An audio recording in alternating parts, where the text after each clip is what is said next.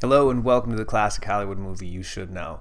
I'm your host Nate Washburn, and this week the movie is from 1942, The Palm Beach Story, which was written and directed by Preston Sturges and stars Claudette Colbert, Joel McCrea, Rudy Vallee, and Mary Astor.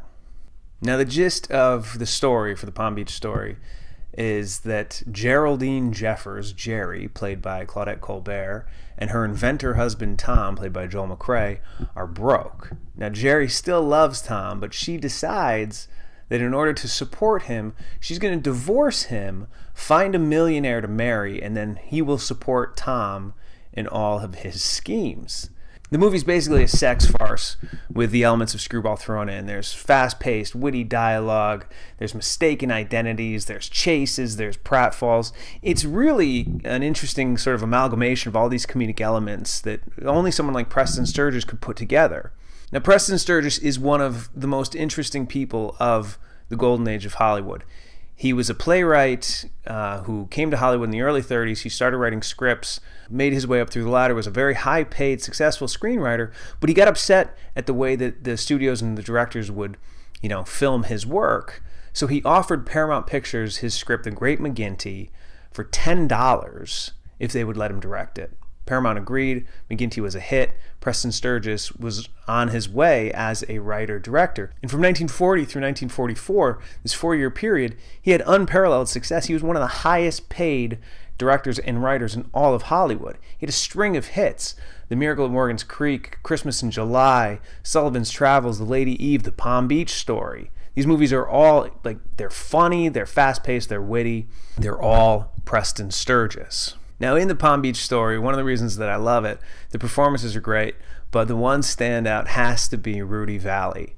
So after Jerry leaves her husband Tom, she hops on a train to escape to Palm Beach to meet a millionaire, and on the train she meets John D. Hunsaker III, who's played by Rudy Vallee. He's sort of this dopey, out-of-touch millionaire, and Vallee he imbues his performance. He's just this quiet, well-put-together guy who, it's hilarious. Every interaction is just, it's unbelievably funny. He steals his scenes. Now, Rudy Vallee was a radio star, a singer in the early 30s. He had a small acting career. Some studios tried to make him the romantic lead, but it didn't really take. Now, Preston Sturges used him as a comedic foil, and it really gave Rudy Vallee a shot in the arm, and his career continued from 1942. He worked all the way through the 60s and 70s. Now, Sturges has a lot of great movies from 1940 to 1944. His two most well-known, most popular are Sullivan's Travels and The Lady Eve. Now, I would argue, my personal favorite is The Palm Beach Story, and I think it typifies Sturges more because he skewers so many different aspects of society. The original title of this movie was Is Marriage Necessary? But the censors wouldn't allow it. He tears the institution of marriage apart, the sacred institution of marriage. He skewers the lifestyle of the ultra-rich with the character of John D. Hunsaker III, on the train and on the yacht, and then his sister, and their lavish lifestyle in Palm Beach. He skewers sex even, which for a movie in 1942 is somewhat surprising. A little trivia for you here. So Preston Sturges, who from 1940 to 1944 wrote and directed all these movies, he's the first person to receive the credit written and directed by in 1940 for The Great McGinty. It paved the way for other writer-directors like Billy Wilder, John Huston, even Quentin Tarantino today.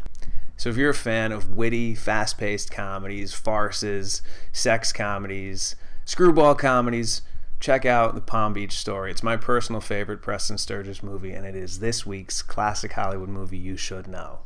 I'm Nate Washburn. Keep watching.